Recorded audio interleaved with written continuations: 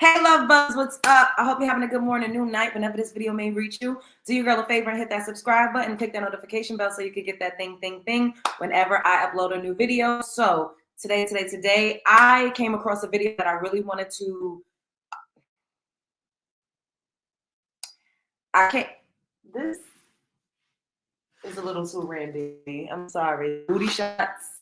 We about to change this. We about to change this. The booty shots,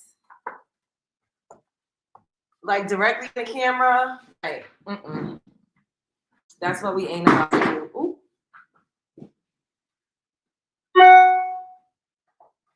We can have one, but it's like three, like bam, bam, bam, back to back to back.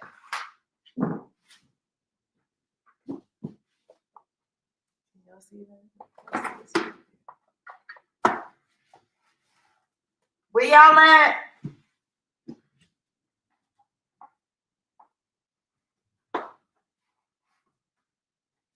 Okay, that makes me feel a little better. Okay, what's up? What's up? Hey, Princess. Hey, God's Anointed. Hey, Jessica. How are you guys? So we are going to be reacting to a video that a Latina woman did.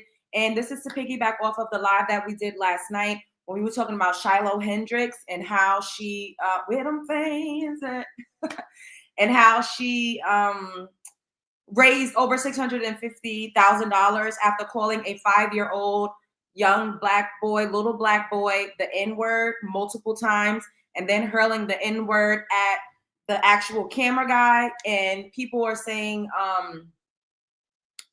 that they're threatening to like take her children away and she has to move and she's getting threats and all of this. And they're saying the N-word is just a word.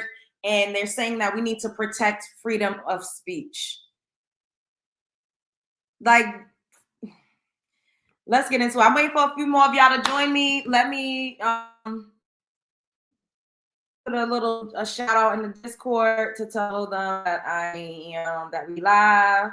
How y'all doing? What's up, Jessica? Hey, Quaisha. Hey, God's Anointed. I think I already said hey, Princess. What's up?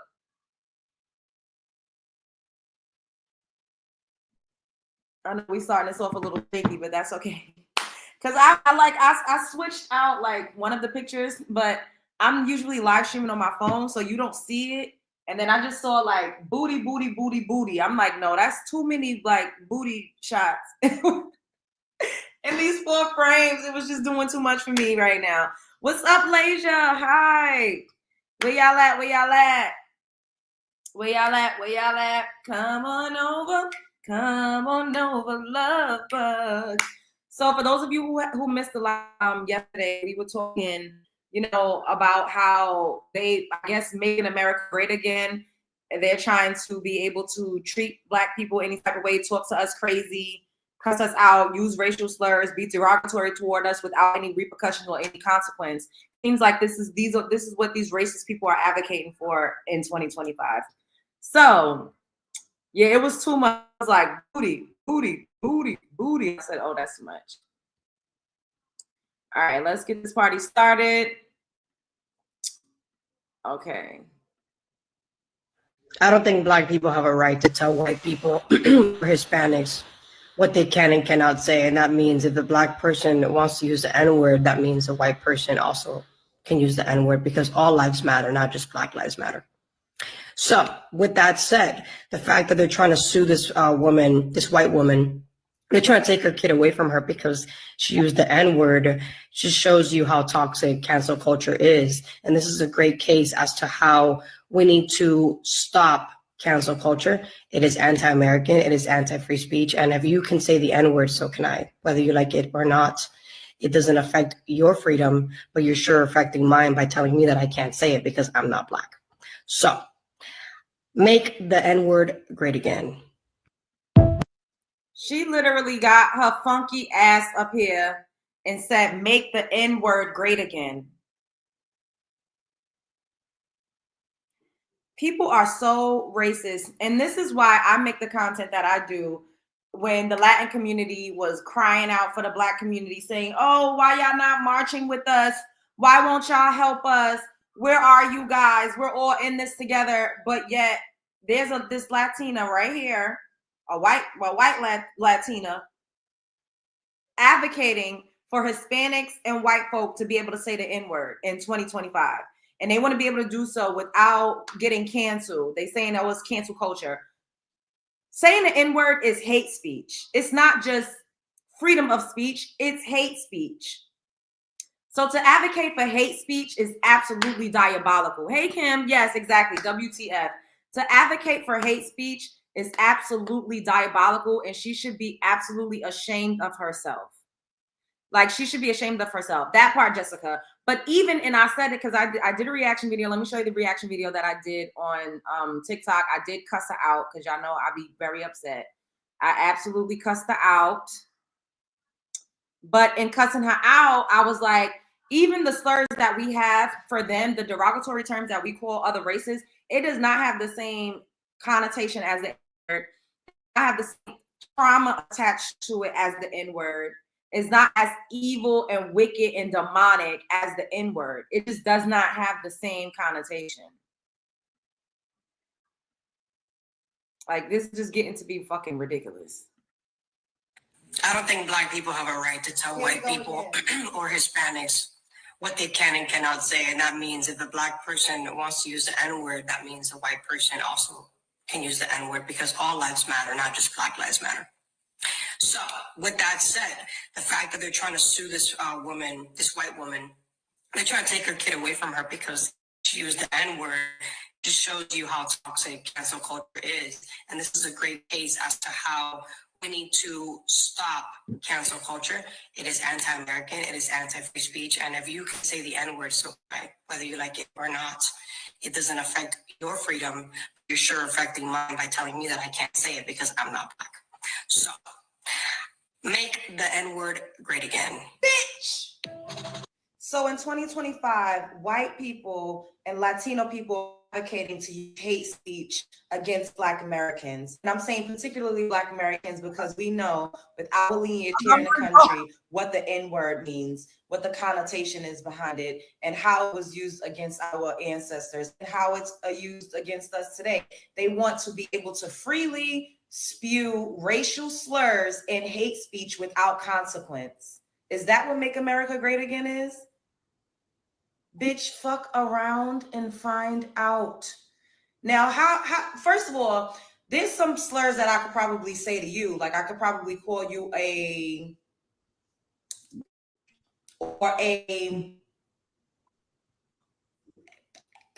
but that still does not have the same heaviness, the same trauma, the same evil intention behind it as the N-word does.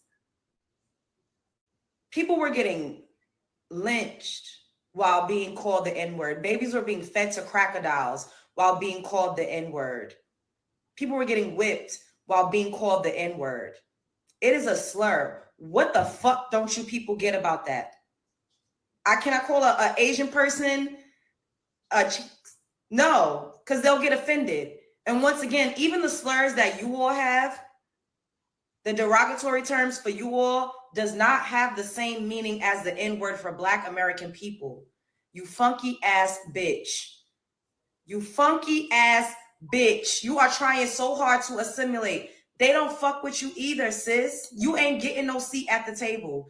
Y'all gonna catch the right people because you think that you could do whatever you want, but don't be shocked when you get a certain type of repercussion or a certain type of consequence. Or when people cuss you out like a dog, because it's easy to read a bitch down. Go ahead, say it.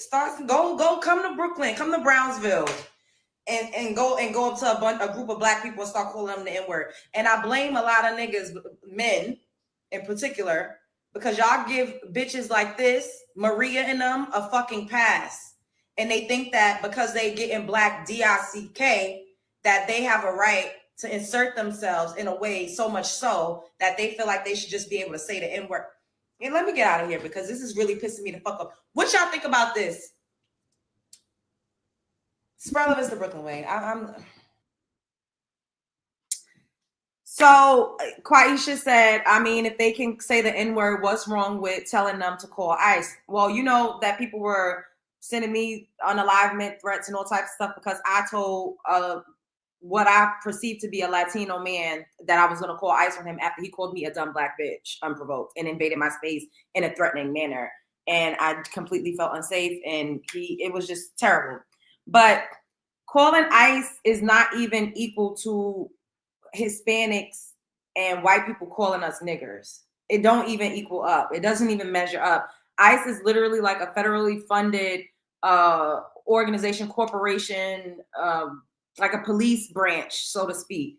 And ICE is not only for Hispanics. ICE is for immigrants, period. Immigrants come in every shape, color, creed, size, nationality outside of a USA. A Canadian is an immigrant if you don't got your papers. So I don't even want to make that too synonymous. But I get what you're saying, Quaisha, but I don't even want to make that synonymous because if we do say I'm going to call ICE, they feel like that's a slur. Saying you're going to call ICE is not a slur. Calling ICE is not synonymous with calling a black person a nigger. It's just not. And I'm just so up in arms because they really think that they are going to be able to attack us and have open season on Black American people without any repercussion. At the end of the day, some of us don't give a fuck about you calling the authorities after we open a can of whoop ass on you. A lot of us got bail money, sis. Now that we could crowdfund and we see how much money we could raise with each other, I'm pretty sure if things like this starts happening, we will crowdfund and have bail money on deck so that we could bail each other out. And that's something that we need to talk about. I'm going to make a video about that on my TikTok because this is absolutely absurd. I don't know what's going on. I don't understand what type of destiny swap. I don't know what the fuck type of spell work or magic. They're trying to do something, and I don't know what it is, but it very heavily involves melanin-rich American people.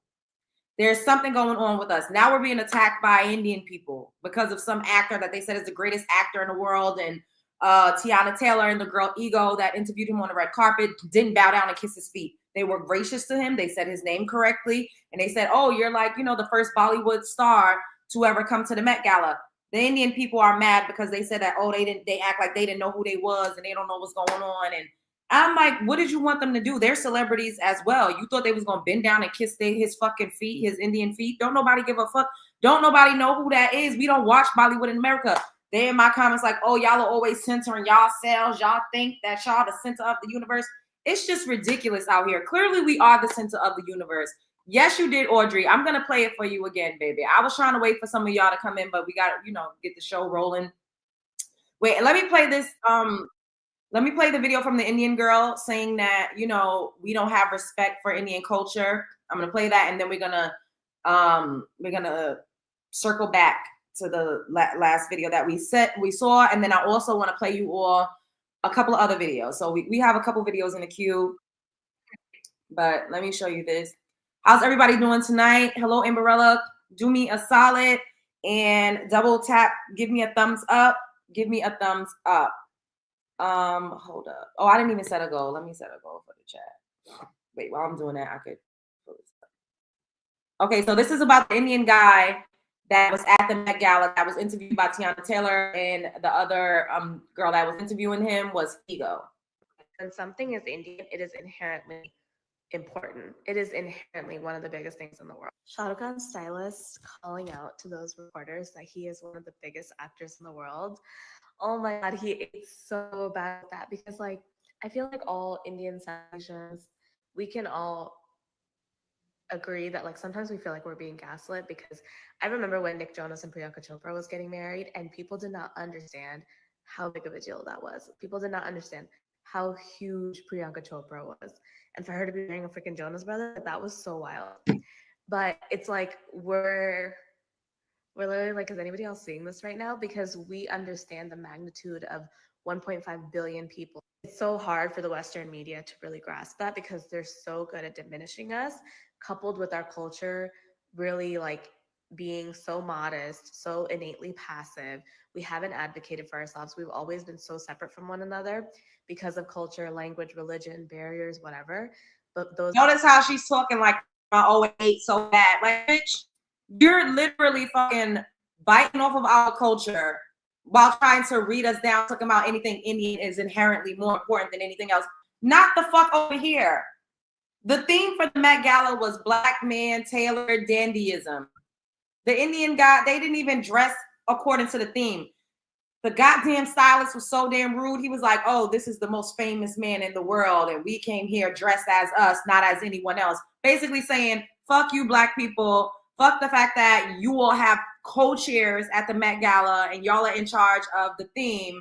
We're not going to abide by that. We're just going to show up and be Indian because we are inherently better than you. They got that caste system shit in their fucking country, and they bring that shit over here. And this is what I always tell you all. A lot of the world is very racist and colorist. They not like rich Americans because they don't like the darker people in their own countries. So we're like the dark people in their countries and in their culture on steroids. So they come over here and they feel like we're on a high horse and we need to be knocked down a peg. Everybody's constantly trying to humble us. Let me let this hoe finish. Those of us that are like have immigrated to another country, we get lumped in. We get lumped in with Arabs. We get lumped in with all South Asians. And so the beauty of that is we've actually learned to like advocate for one another. And Gen Z is not playing with you. Like Gen Z does not play. They're gonna call you out on your dupatas because. But advocating for what? No one disrespected that man. This really, really annoyed me. And the way she's talking does not play. Like, girl, you literally talking like us. You hopped up out your bed and turned on your Black American swag. This is what gets the fuck on my nerves because it's really cognitive dissonance at this point. They complain about us and talk shit about us and look down on us while literally copying and cosplaying. This is not the first wave of dupada stealing, okay? I've lived through the other ones, but this is the first time y'all are getting called out on your shit. And so for him to say Shah Rukh Khan is one of the biggest actors of the world, like that was such a statement in saying when something is Indian, it is inherently important. It is inherently one of the biggest things in the world. And I think that's like a message that I always have to drive, but to see it on the freaking Met Gala, oof. When something like, bitch, don't nobody give a fuck about you. Now look at this. Look at this. Hey man, I am totally disgusted by what this Jamaican woman just said. I mean, I am utterly disgusted. Oh, I'm so mad that he got this music in the background. I don't want to get a copyright. Like I'm American, I'm Jamaican, don't kill me here. Don't kill me, Black American. Don't kill me here. No one's gonna get hurt. Okay. Go kill Black American. You heard that Jamaican lady? I don't want to get a copyright. But that Jamaican lady said, I'm a Jamaican woman. Don't unalive me. Go unalive a Black American. I'm Jamaican. Don't unalive me. Basically saying, I'm not American. I'm not a Black American. I'm not one of them. Go unalive one of them. This is how a lot of the people feel. That's why I don't believe in the diaspora. I don't believe in none of that fuck ass shit. I don't believe in Pan-Africanism. I'm not here for none of that shit. And this is not to offend any of my love bugs that's literally from the islands, because if you love me, I love you. But as a collective, nobody really fucks with foundational Black Americans like that. They don't fuck with us. They other us. They look down on us. They claim that they're inherently better. They act like they are more successful. They come here and soak up resources and benefits that are provided to them because of the hard work that we put in this country, and they treat us like shit. Why would the Jamaican lady say that? Don't kill me, kill a Black American person? Why would you say that? That was unnecessary and completely fucking uncalled for. She didn't have to say that. Everybody is really against us. Indian people, not all. The Latin community, Hispanics, Caribbean people, African people from the continent, It's like everybody's attacking us. Like everybody collectively is continuously jumping us. That's how I know we got to be a fucking superpower, and we really need to get together. We have to band together more, and we're starting to. We are starting to, but we need to do it more and more because this is utterly ridiculous. Everybody and their mother is jumping Black Americans. Like, I cannot believe this. Every day I'm going to fucking war with somebody, with a culture, with a race, with an ethnic group on TikTok. It's like I'm the fucking face of melanin rich Americans. I don't know how the hell I assumed this position, but every day I'm not lying to y'all. It's one group after the next, after the next, after the next, after the next. I don't understand what this is about. I don't know what's going to come from all of this, but I believe that this is the time for us to be aware, for us to take the blinders off. This is the same thing that I said yesterday. I feel like too many of us was lulled to sleep thinking that we have allies all over the place. We do have pockets of allies within different cultures and races or whatever. But for the most part, as a collective, baby, people do not fuck with us like that. Even people that look like us, exactly, not all skin folk is kinfolk. Even people that look like us do not fuck with us like that. And I'm learning this the hard way. Like, I rage baiting, but they really feel this way, Audrey. I really believe that they feel this way. That Jamaican lady did not know that she was going to be on somebody's viral TikTok video. She's in handcuffs on the floor saying, "Don't kill me, kill a Black American." I'm not a Black American. I'm a Jamaican woman. That's what she said. She didn't set up a camera to do content to go viral. She's on the floor handcuffed. She probably didn't even realize, she wasn't even aware that she was being recorded. This is how a lot of these people feel. Some do rage bait, but deep down inside, there is an inherent bias, racism toward us, hatred, jealousy, envy, a disdain. Like, it's just,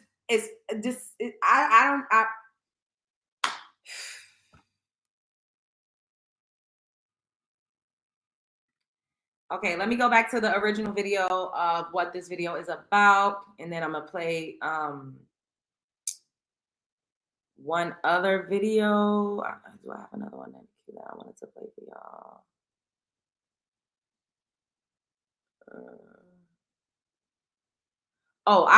One of my own videos I think I'm gonna play for y'all that I reacted to.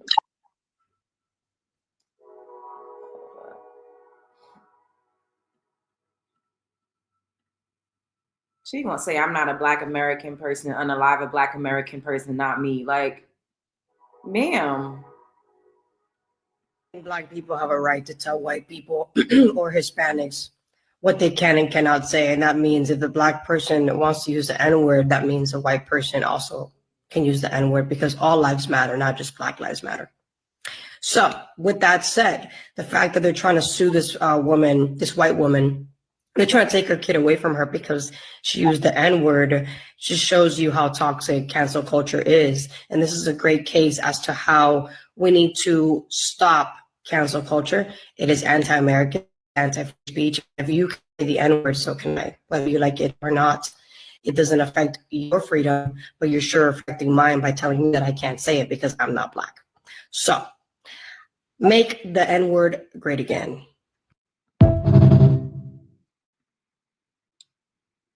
She said, make the N-word great again. Make the N-word great again. Y'all, everybody is coming for us. That's how I know. And they keep saying, oh, who do you think you are? Y'all ain't nobody. Bitch, we got to be something. Because I don't see other groups of people getting attacked like this. Everybody's not. Why do you want to be able to call a group of people a racial slur? Why do you want to be able to use hate speech towards one particular group of people? I don't see y'all up here trying to call Asian people chinks. I don't see y'all up here advocating for y'all to be called spics and wetbacks. I don't see that. And like I said early on in my commentary, those derogatory terms are not linked to the type of trauma that the N-word is linked to. People were not getting lynched, beaten, whipped, chained, raped, sold, decapitated, literally physically eaten while being called those words.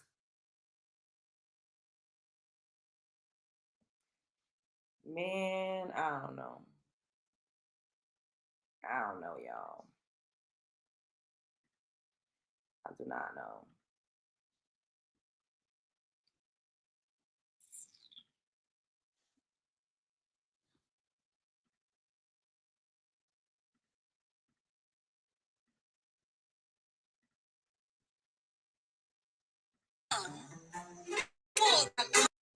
How come people that come to the US can be so successful past the people that were born in this country? What's up with that? It makes no sense at all. Can you guys tell me why that happens? I literally want to be educated on that topic. If you've got someone who has common sense, neurological sense, those are the people I want to talk to. I don't want to talk to the NIGGA. I refuse. So I've been seeing this African woman from Congo because I looked up the flag that she posts, talking hella crazy about Black Americans, just trying to get attention. Girl, I got a little bit of time before I eat my lunch. Now, let me ask you a question. In the Democratic Republic of the Congo, particularly the eastern region, the people are facing a severe humanitarian crisis due to a protracted conflict involving numerous armed groups, including M23, vying for control of resources and power. This has resulted in widespread displacement, food insecurity, and actual violence, with children being particularly vulnerable. Now you can pause to read the rest of that. How come you fled your country since y'all come here and do so much better instead of staying your ass home and building up your country and helping out the children and helping out with the food scarcity and all that's going on over there? How come you're not more grateful to the people that you speak of because of us during the 1965 Civil Rights Movements, Immigration and Nationality Act? Baby, that's the only reason why you could come over here successfully and have the freedom and the liberties that you have. So stop being disrespectful. You wanted some attention, bitch, here I go. I answered. You kept calling. Black Americans, please give me some attention because clearly I'm bored and nobody's paying me any mind in real life. Y'all swear y'all doing so much better. Stay home and fix up your own country. You got a lot of problems in your own country. Spread love is the Brooklyn way. Thank you, Quack. They need to make the fair one or fade great again. It's getting right out here. What does that say? Tight? It's getting tight out here. They want to go back. Let's go back to how we used to be. Speaking of a fade, let me play this. I hope I don't get a copyright, but I got to play this for y'all. So they chopped it up, but backstory, this guy, he was working as an usher at like an arena or like a, I don't know, like yeah, I guess like an arena. And these two white men was harassing and berating, I don't know if he assaulted one of his female coworkers, and he stepped in and it got to a fight. And let me show y'all.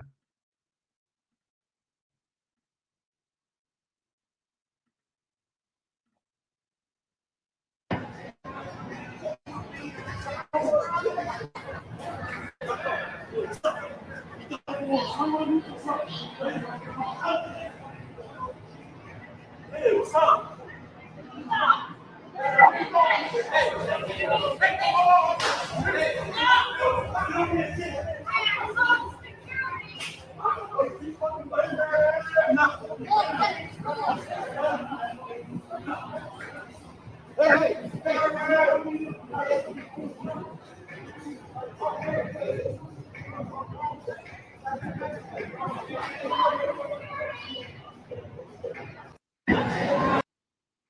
That man took his belt off and whipped his ass. Now that's what the fuck I'm talking about. And he was well within his rights because we didn't see the beginning. They only show it to make the black man look like the savage. But the guy, when he took his belt off to whip him, he has spit blood on him. The clear man spit blood on him. And I'm like, oh, like spitting, that's assault. So, but that's the thing. Now, if we could defend ourselves rightfully so and actually get fair justice in the legal system and we could claim self-defense, a lot of these people is not fucking with us. They're not. They're not just going to be able to just beat our ass. Like, that's not how any of that's going to go down. And they know. Deep down inside, they know. But I'm trying to figure out, why is it that they want to be able to say the N-word so bad? Like, why do people want to be racist and hateful toward Black people? Like, what is that about? What do y'all think? Why do y'all think they are so desperate and so thirsty to be racist and hateful toward us? Why? I saw a white guy wearing the MAGA shirt at Planet Fitness. I'm not even mad about who you vote for, what your political beliefs are, but if being MAGA means that you're inherently racist, then fuck out of here. What's up, Norris?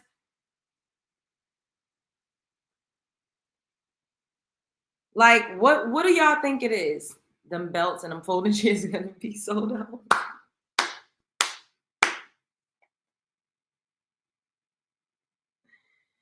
Why do y'all think that everyone is so racist toward us when we just mind our business? We just be minding our business and drinking our water, child. Like, I really don't get it. They're not happy.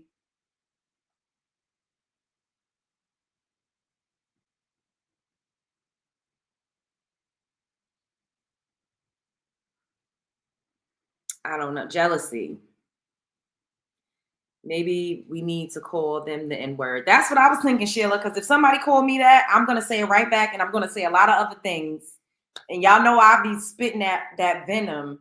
I'm going to say a lot of other things. So I think now what we need to do, and this is not just so that they could use it, but we need to disarm ourselves from being so offended by it so that we could think clearly when they use it, and we could be on our feet with rebuttals, and we could be ready to fucking whip ass if we need to. Honestly. I think it's in the blood. I've seen several incidents where them folded chairs been undefeated.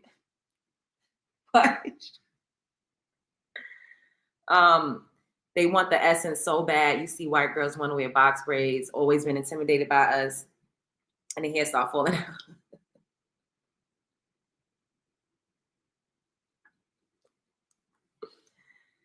It has to be jealousy. That's the only thing I could come up with, because what else is it? We don't do anything to people. We literally mind our business. And the way they make it seem like we're just out terrorizing white people, it's a fucking lie and a scam. We do not terrorize these people. We don't think about these people. We're not bothering these people. Dang, I forgot to turn on the monetization for this. Shit. Well, I'm about to do it right now.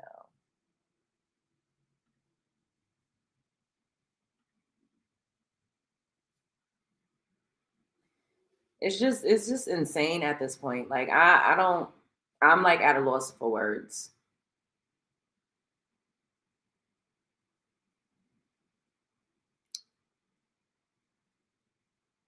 We're gonna come back and do a vertical live about this too. Probably tomorrow. People keep asking me to go outside. I don't know if I feel like going outside. I think it's fear. We've survived a lot through the world, and even more so in this country. They know we not docile. Even when we mind our business, they have to try to get a rise out of us. I'm starting to feel like Malcolm X was right. All they understand is violence, because they are violent people. We don't even like to be around them for real outside of work. I mean, some of them are cool, don't get me wrong, but we're not pressed. Like, it never gave press to be in white spaces. We do not give a fuck about these people. They're regular people. And that's what I've had to say. I made a video because some Africans was saying like, oh, y'all not even American. White people don't see y'all as American. And I'm like, we don't give a fuck about how white people see us. We don't give a flying fuck. We do not bootlick over here. We ain't raccoons over here, especially not at the motherfucking Love Jones show. We are far from raccoons. We don't give a fuck. I could care less what a white person thinks about me. I don't give a fuck. I'm gonna tell y'all a story time. I had a Jamaican homegirl, And I stopped being friends with her because she was obsessed with white people. She was obsessed. Like, she used to sleep around with a bunch of white men every day. She was sleeping with another one, bringing another one in and out of her fucking bed. Whore vibes. And I remember we was in a bathroom one time, right? And I can't remember what I had on, but I think I had blonde hair. I looked really, really cute. I always look cute. And we in the bathroom, and some white women was in there, and I can't remember what we was talking about, but I was just being myself, being regular.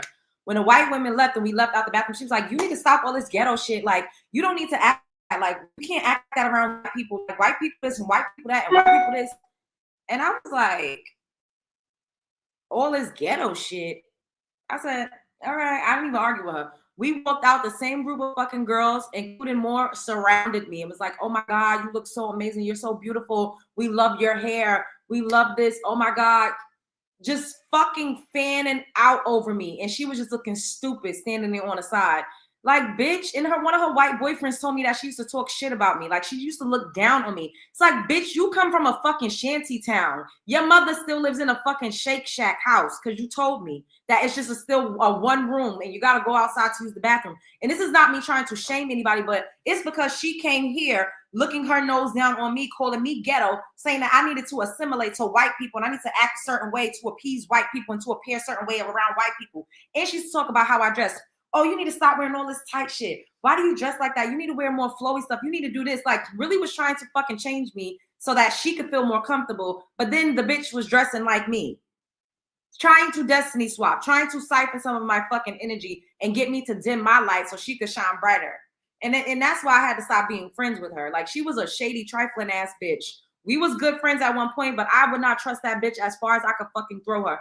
And another thing that happened, so we was out at a bar, sitting down, and some guy was like talking to me like mad hard, like in my face, like, oh, of course it was a white guy because white men love me too. Hey, it is what it is. And at one point I dabbled a little bit. So I'm sitting down talking to him. The man bought me a drink and everything. I gets up to go to the bathroom. She's sitting in my seat getting his number. She sat in my seat and got that white guy's number, and then she invited him to her house the next day with her other friend and one of my other friends, but did not invite me. And I said, "Oh, this is a trifling, sneaky, snake in the grass ass Jamaican bitch." And I'm not saying that about all Jamaican women, but that was my experience with one. She was very, very, very, very. She upheld white supremacy like a motherfucker. She used to call herself a juiced up white girl. She used to be like, "Oh, I look like a juiced up white girl. I look like a juiced up white girl. That's why white guys love me." Like, she literally obsessed with white men. A whore for white zaddy. And that was just never me. Like, bitch, I don't give a fuck about white people like that. I wouldn't give a fuck. They're regular people just like me and you. They're not better than me. Clear folk is not fucking better than us. Like, I refuse to ever believe that they even have a privilege over us. Yes, in society, but it's because we mentally perpetuated that shit and we made it stronger. Because the thing is, if you could collectively get people to believe a thing, then it makes the thing true. And that's why I be telling y'all, and I'll be up here and I'll be like, yo, F that, fuck that. Like, we don't have to fucking assimilate. We not at the bottom of the totem pole. We have to reroute how we think about ourselves because we made them superior by fucking feeding into it. We turned them up to be privileged by fucking feeding into it and thinking that they're better than us when they're the fuck not, bitch. I don't give a fuck about what the fuck white people think. I cuss a white motherfucker out the same as I cuss a black person out. I wouldn't give a fuck. We all bleed the same. We're different. Yes, we have a lot of genetic differences.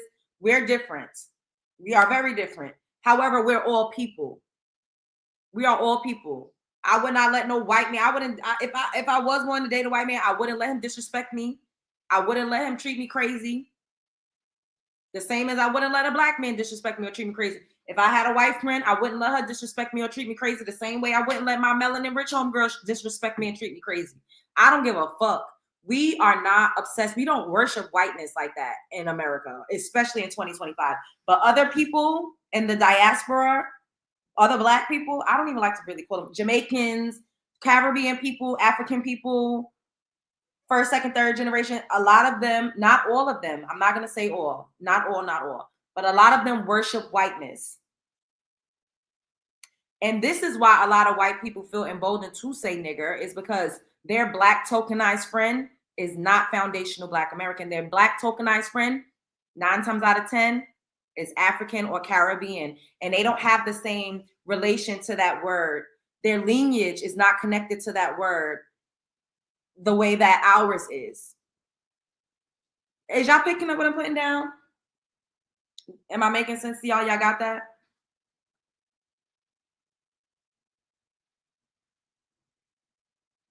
Y'all got that? Exactly. The energy we have moves mountains, and they know they can't do that. So, Art, come on, I would be jealous too if I wasn't Black. Yes, unfortunately, this is true. So this is why collectively we have to stop saying that these people are better or that they're privileged or that these motherfuckers ain't got shit on us. Period. The gag is they don't like them either. That part God's anointed. But I wish I would trade another person with the same hue of complexion as me to appease the fucking whitey. I wish I would. And I don't have an issue. Like, I love everybody. Like I keep saying, I have friends from everywhere. If you're a good person, I will love you. Like, I'm not a bitch. Like, I fuck with Latinas heavy. Like, I do. But there's, as a collective, and I keep having to be specific, as a collective, I'm seeing how a lot of them don't fuck with us. And I'm always going to put us first. White women, I fuck with some white women heavy.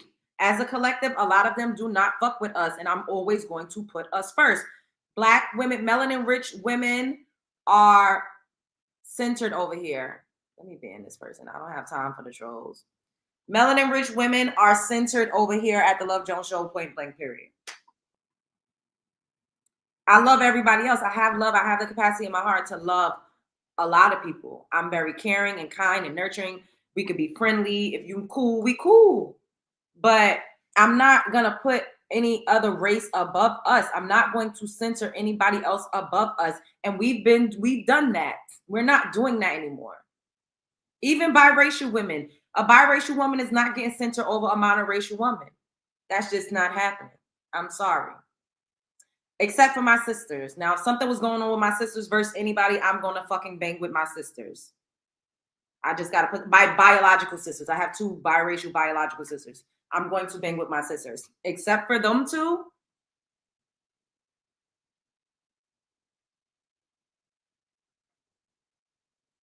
We have to focus on ourselves. Exactly. I'm sorry, but I love your hair. The side part is everything. Thank you, boo. Thank you. Probably said this before, but thank you for reminding me how magical I am and tapping into my spirit. You are one of the few that inspire me. That is so sweet. I love that message. You're welcome, baby. Y'all inspire me too. We in this together. But that's all I got for tonight. We always been up, Black Wall Street. Yes, and we've had more communities than Black Wall Street. We've had way more communities outside of Black Wall Street. And we've invented every fucking thing. Like, I just saw a video about how a Black American man invented the remote control. We don't learn about that in school. We only learn about 5 Black inventors in school. I done told y'all we literally came up with the EMT and the ambulance system that was invented by Black American people. We contributed almost everything to this fucking society, but they stole it, renamed it, reclassified it, and found a way to credit a white man. And we got to figure out how to reclaim our essence and how to reclaim our energy and stop allowing people to siphon our energy, especially without getting anything in return. We're watching them literally right present day try to rewrite,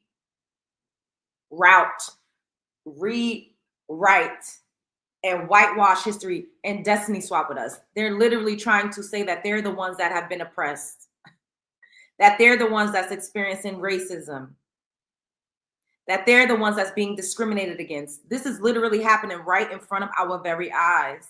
And they're trying to change the curriculum in school so that the children won't know the truth, so that the children won't know that their ancestors were very demonic. They're not even ancestors. They ain't got ancestors. They're forefathers. We got ancestors. That their forefathers were very fucking demonic because they don't want to make them feel bad. Yet they put out movies about us getting whipped and lynched and all types of shit any chance they get, because they want to program us to think that that's where our history started and that's where it ended, and that's a fucking scam. A lot of us fought back. They do not want to show you as a fucking warrior.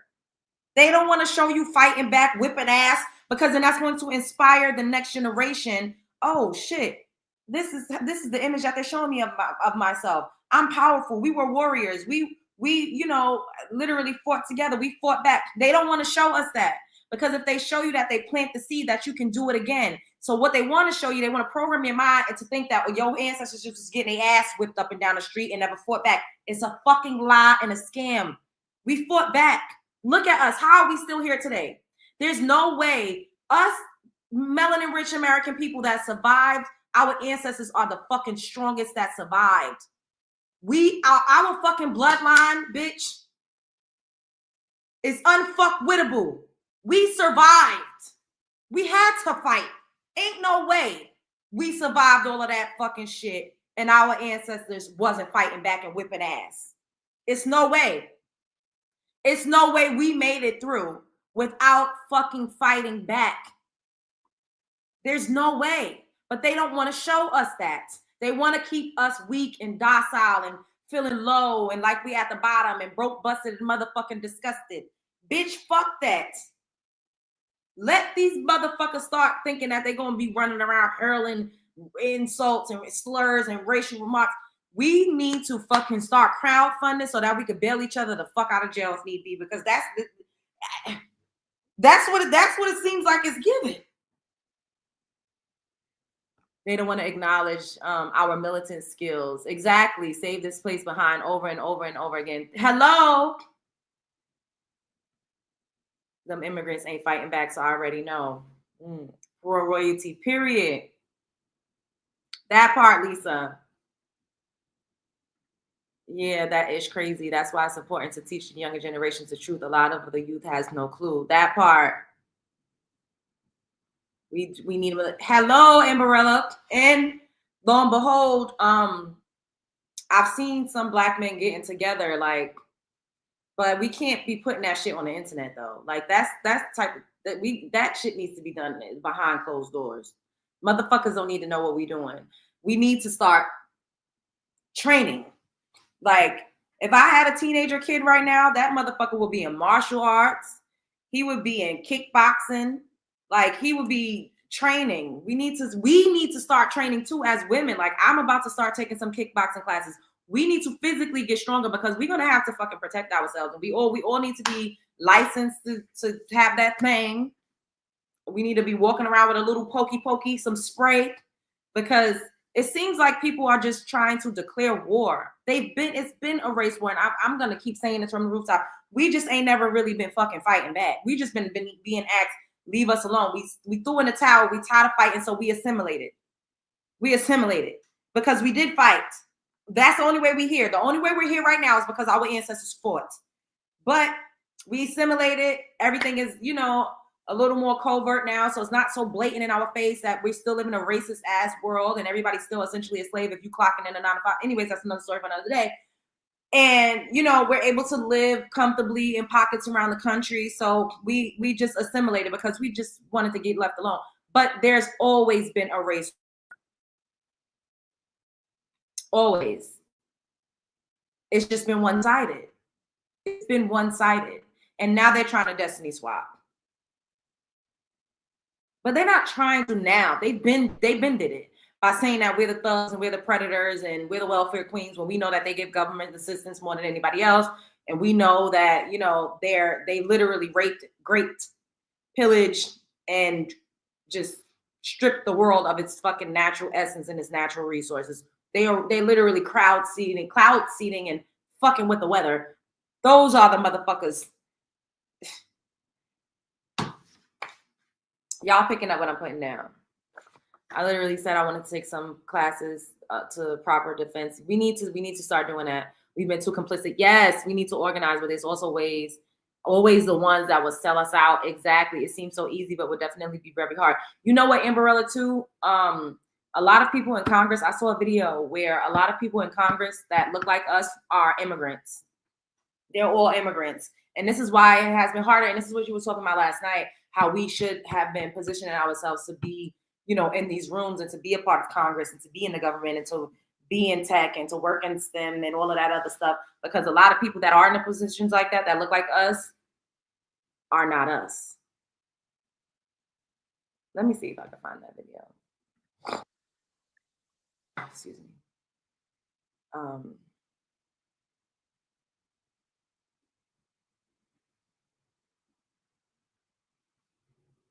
up, let me see. Allergies.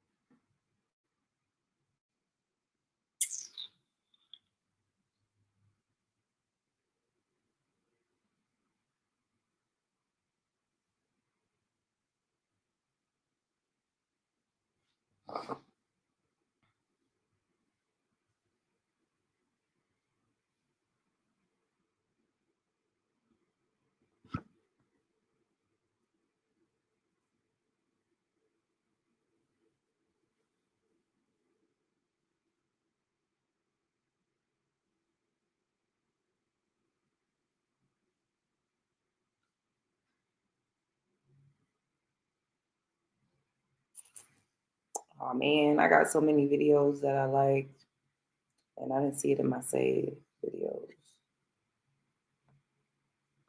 This sucks.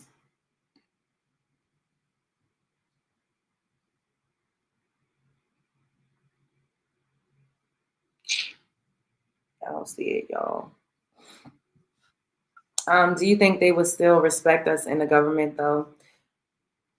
I think that, you know, it gives you a little bit of power. You have a little bit of voice. I feel like we need our own government. I don't even understand why I don't know why we're allowing other people to govern us. Like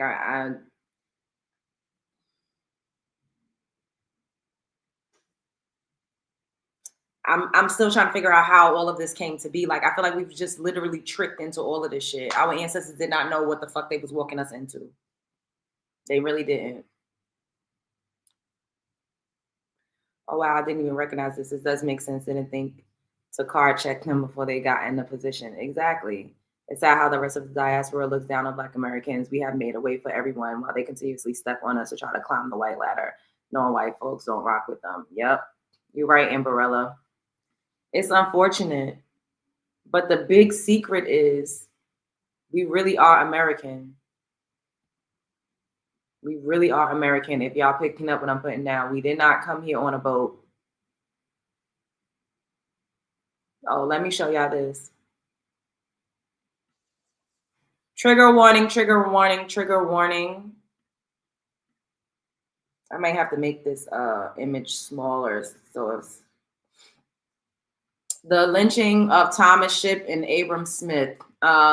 This creator's name is Kim Possible. The story behind the infamous lynching Thomas Shipp and Abram Smith.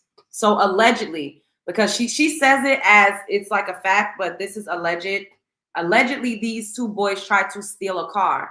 However, there was no witnesses. We know how much white people fucking lie, like a fucking Persian rug. They lie and scam and cheat and connive and steal real bad. So you can't trust them when they lie and say, oh, they did this to me, they did that. That's how it, there's no proof that these boys actually did any fucking thing that they were accused of. I just got to put that out there. Disclaimer. I don't want to make it big because I don't want to get no type of copyright. I don't know if, you know, but can y'all see this? Can y'all see this? Can y'all see it well enough? You've seen this picture, right? You ever wonder what's the story behind it? I mean, I know it's just another lynching, but it's not just another lynching. This is probably one of the saddest stories I've read about a lynching in a while. These were babies. And believe it or not, there was a third victim who luckily escaped death by milliseconds, thanks to the county sheriff. But not too much praise on him. Don't worry, I'll get to it. But I did some digging. I was curious. I found some things, cried a little, and now I want to tell you a little bit about it. I have been MIA, and that's because I'm doing a lot with this nonprofit. But be patient with me. But in the meantime, let's get into it. Just a brief little something to tell you something. If you notice in this picture, their clothes look kind of like messed up. They're roughed up, they're dirty, there's holes in them. That's because they were getting stabbed with, the white women were stabbing with their heels. Who was doing it? And the men were hitting them with anything, crowbars, anything, just hacking at these babies. In the far left, you have Thomas Shipp. Thomas was 18 years old at the time of this picture. In the far right, you have Abram Smith. Abram was 19. The third baby that isn't mentioned or shown is James Cameron. James was 16.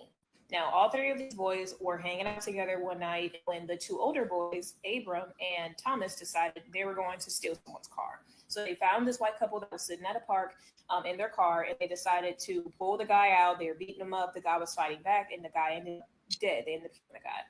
The woman, Mary Bale, she was known around town for being a whore. She slept with a lot of men, and she was just known as like that was her reputation. She decided, mind you, she was not touched in this situation. She decided to go back in town and say, I've been raped by 3 black boys. A dog whistle. Now, Claude Dieter is the white guy that ended up dying. He was 23 years old, and Mary Bale was 19. Now, I told you this isn't going to be a super duper long video. The longer explanation will be on my YouTube at the entire story. But I can tell you just a few details about it. This brought a mob of more than 10,000 people coming from 5 different states. This took place August 9th, 1930 in Marion, Indiana. 1930. And that's why they keep bringing up slavery. I'll be like, we don't even have to go back into slavery. We could go into the 1900s. Look at all of these white people in this picture. They're literally smiling and standing around while 2 black bodies are hanging from trees. And white women also participated in this. And this is why I'll be up in arms, hooting and hollering when these funky raccoon ass niggas get up here and be like, oh, white women are better. They're more docile. They're feminine, fit, and friendly. No, bitch, you are under heavy MK Ultra. It's mind control. You rooted and fucking booted, bitch. Ain't no way women that have this in their motherfucking lineage is better than you than a woman that birthed your funky ass. Fact that people don't know about this picture is before these babies were strung up and murdered, they were actually beaten brutally by the sheriff and his boys in the fucking county jail. The mob came to the county jail, broke the doors down, and demanded that these 3 babies come outside so that they can do what they want to them. Another fact that's worth knowing is that one of the boys tried to hold on to the noose to avoid dying. So they lowered him, broke both of his arms, strung him back up, and continued to hack at him with all of their different tools and accessories. And one last fact. Did you know that after the lynching, after the bodies hung there for hours, they dropped the bodies down and they took body parts home?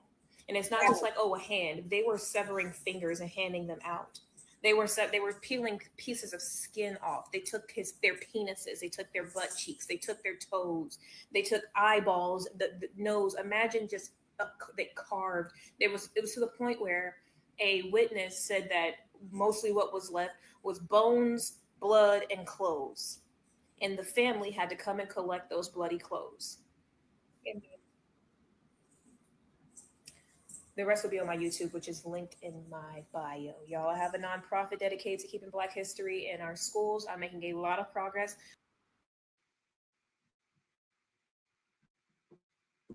Stop doing that. Stop. This is what they want to go back to. It starts with them being able to call us nigger again. They want to go back to being able to send lynch mobs and not have no consequence. The delectable Negro. Yeah, well, they used to eat us. That's why I always say that. I know. I need to read that book, though. I haven't read it.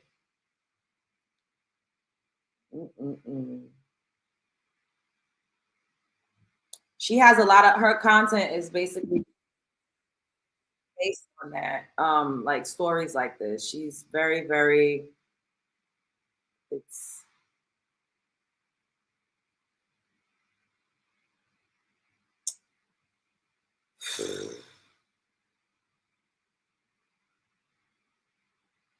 They tortured us for medical practice. Like, oh, let's look at this one. The lynching of Betty Gardner. This happened in 1978.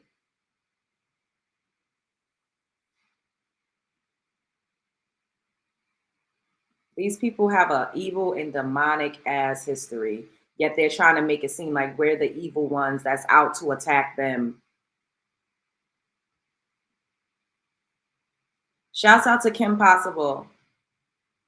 They kidnapped her, forced her to perform oral sex on them, raped her, carved the KKK in her chest, beat her to death, and left her there. One of the people took her clothes with them as like a trophy. And this happened in 1978 in a small town between Charleston, South Carolina, and Savannah called St. Helena Island. We're going to be talking about Betty Gardner. She was a 31-year-old single mother of two, and she had a father who owned land in the area that she was walking in when she was kidnapped. The thing about this is, one of the four people that abducted her was an 11-year-old girl.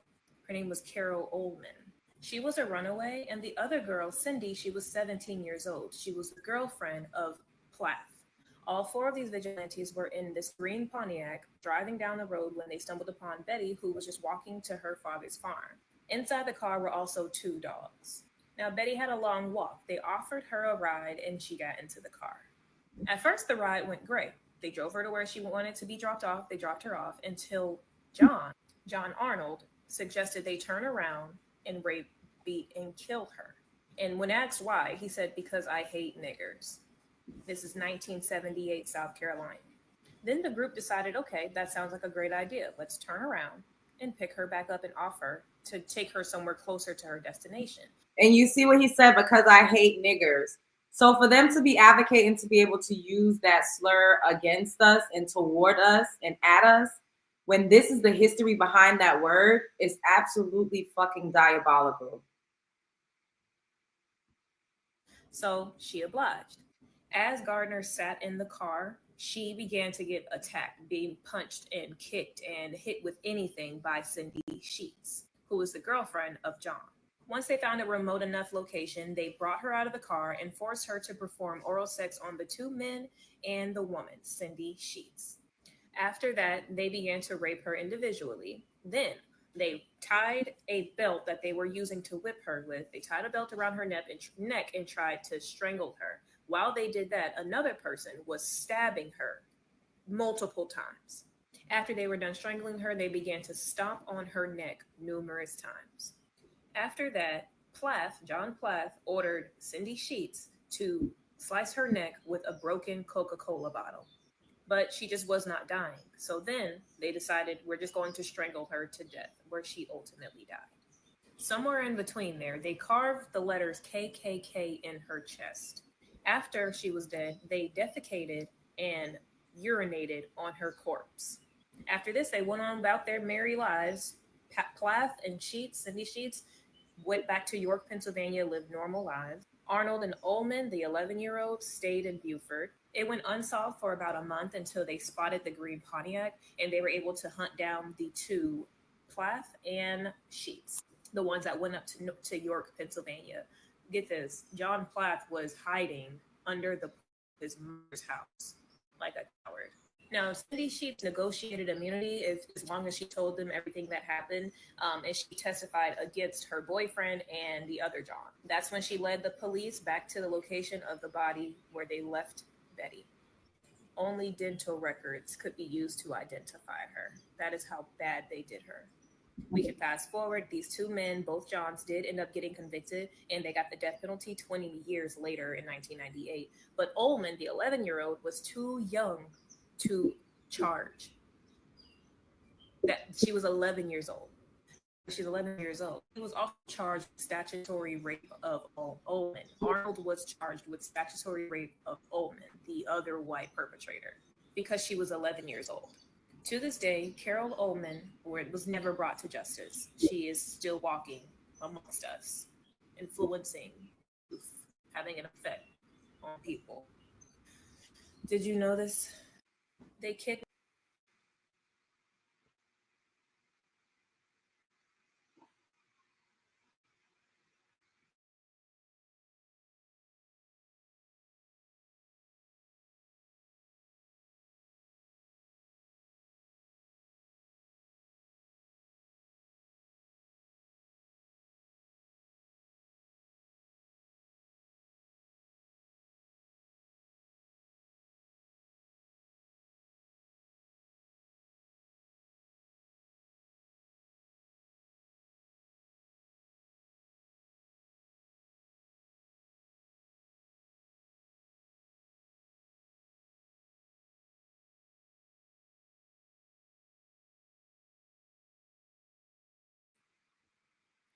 And when they unalived us, it was brutal torture.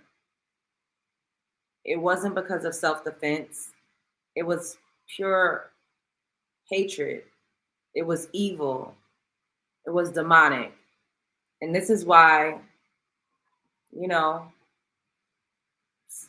people would call these people collectively the devil. Because what would possess you to do that to somebody?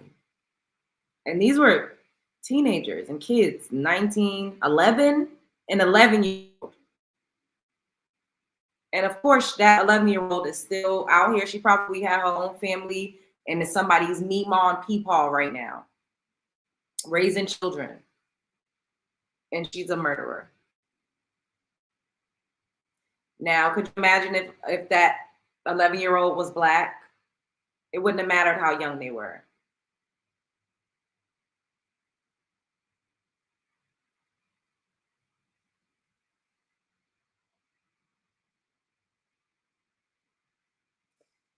Oh, Jesus Christ. This is very heavy. Yeah, that was heavy for me too. But we need to see these things because they try to hide history and make it seem like we're just the fucking savage. And enough is enough.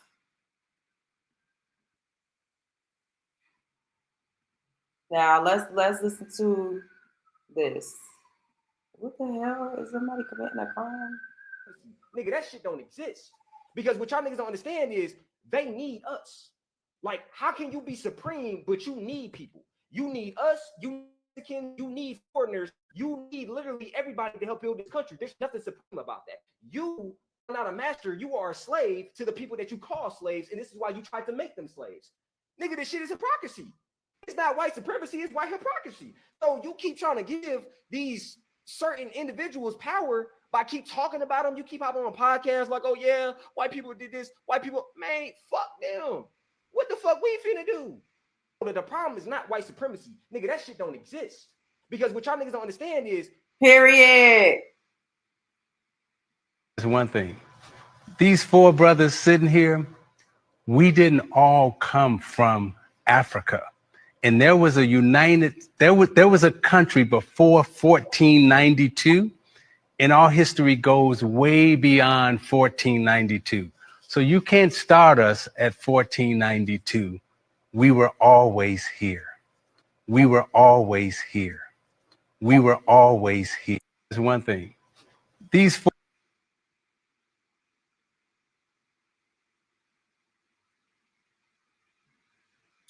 All right, I'm trying not to show y'all nothing else too heavy.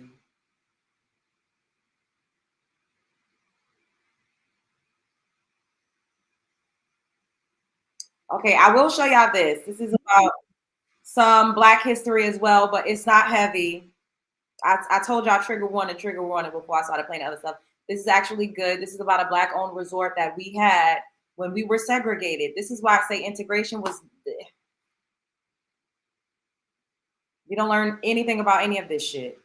During segregation, Black folks had a whole thriving resort town, our own paradise, where legends like Aretha Franklin, Louis Armstrong, and Della Reese performed. A place where we could actually relax without worrying about sundown towns or whites-only beaches. Well, let me introduce you to Idlewild, Michigan, the Black resort town they don't want you to know about. Picture this. It's the early 1900s. Black folks are getting turned away from beaches, hotels, and clubs just for existing. Instead of begging for scraps, we built our own. Idlewild, Michigan, founded in 1912, was a 1,700-acre resort town, exclusively for Black people. And when I say resort, I mean Black luxury. We have beaches, nightclubs, hotels, golf courses, and even horseback riding. It was called the Black Eden because it was one of the few places in America where we could actually breathe. And listen, Idlewild wasn't just some little getaway. It was the spot. If you were anybody in Black entertainment, you performed there. Aretha Franklin, Duke Ellington, Etta James, The Temptations, Sammy Davis Jr. Idlewild was our version of Vegas, but without the Jim Crow nonsense. Imagine rolling up to a club and seeing Lena Horne on the stage and Malcolm X in the audience. That's the level we were on. But you already know how this story goes. The second we build something for ourselves, they find a way to take it. When the Civil Rights Act passed in 1964, white businesses were legally forced to let us in. And while that was a win for integration, it drained Idlewild. Black people who once spent summers there started going to previously white-only resorts. And just like that, Idlewild's economy collapsed. The town that had once been a booming escape for Black joy became a ghost town. Today, Idlewild is still standing. Some of the old resorts are gone, but the history, that can't be erased. There are new efforts to revive it, bringing back tourism and honoring the legacy of what was once our sanctuary. But here's the real question. What would happen if we put our dollars back into Black-owned spaces, like Idlewild? Because history keeps showing us, when we build for ourselves, we thrive. Idlewild wasn't just a resort. It was a movement, a reminder that we don't need permission to create our own spaces. The next time they tell you that we never had anything for ourselves, remind them that we did, and we can again.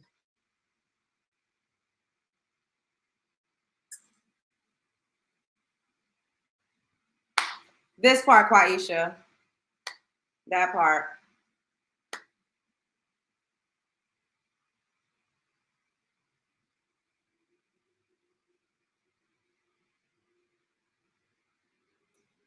I love y'all. Let's do some affirmations. This has been a heavy live, but we gotta talk about these things. And I'm honestly glad that it's not a lot of people up in here.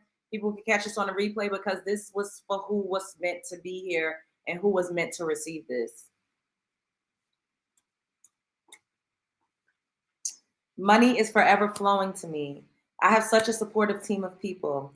I have a beautiful home. I am magical. I feel so good right now. Companionship comes easy to me. I'm always inspired. I deliberately create. The sky isn't the limit because there isn't one. I have a natural magnetism. I love you. My life matters. My life is full of wonder. Great people are drawn to me.